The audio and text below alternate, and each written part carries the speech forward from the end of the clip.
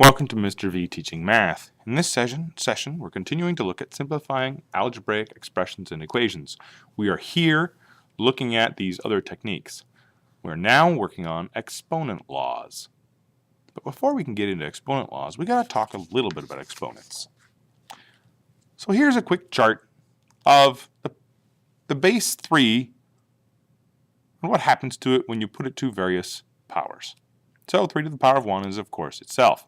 3 to the power of 3 is 3 times 3, which is 9, and so on. And you can see this chart laying out all the numbers nicely, all the way up to 3 to the power of 8.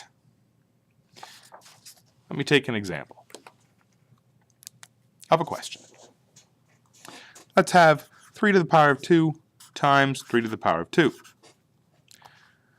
And let's go through this using BEDMAS.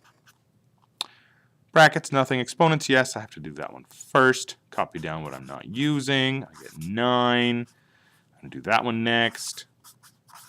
Oh, look, it's 81. Interesting. Take a look at this chart over here. Where can you see the 81 already? There.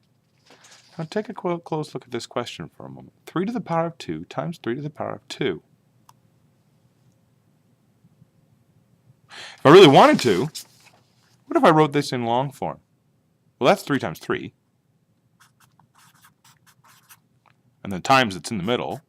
And then that 3 to the power of 2 is another 3 times 3. Would you look at that? 3 times 3 times... that equals 3 to the power of 4. There's something here that you can use to take a shortcut. Let me do another similar question. Let's do 3 to the power of 2 times 3 to the power of 5. This is much harder to calculate. But what if I do it like this? 3 to the power of 2 is 3 times 3. Okay. Now, here's the original timesing in the middle. Now 3 to the power of 5. 1, 2, 3, 4, 5. Okay, 1, 2, 3, 4, 5, 6, 7. Well, that's 3 to the power of 7. Which, if I go look at the little chart I did earlier, 2,187. I'm not that interested in this, though. This isn't really what we're learning about. Look here and look there. 2 plus 5 is 7. Here's the trick. If the base of the exponent is the same, here's the base and here's the base, and you are multiplying, you can add the exponents. 2 plus 5. 3 to the power of 2 times 3 to the power of 5 is 3 to the power of the 7. I can just go 2 plus 5 and I've got the answer. And it doesn't matter what the base is. In fact, it can be any base at all.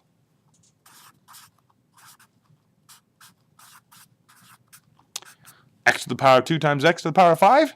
Oh, I don't need to know what x is. I know that it's x to the power of 7 because I'm multiplying.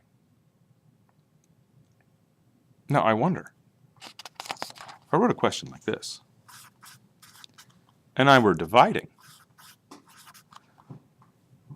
what kind of answer do you think you might end up with? Dividing is the opposite of multiplying. If in this question, I get to add the exponents, this question, I will subtract them. This is x to the power of 3. So when the base of the exponent is the same and you're dividing, you may subtract the exponents.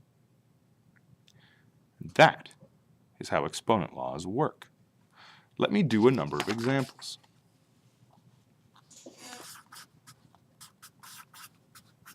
When the base is the same and I'm multiplying,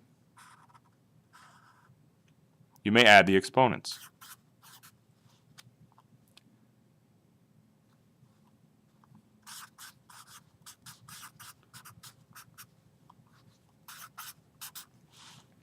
When the base is the same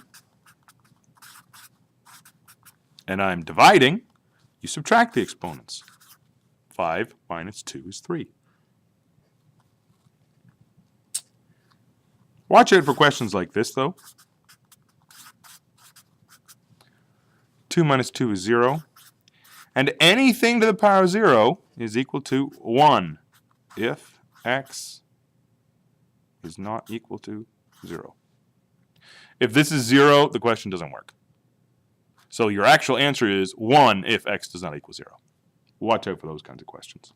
You can even do it with negative exponents.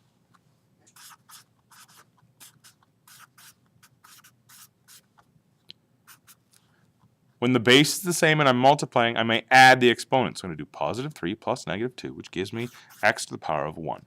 And I'm a lazy mathematician, so I'm not going to write the 1.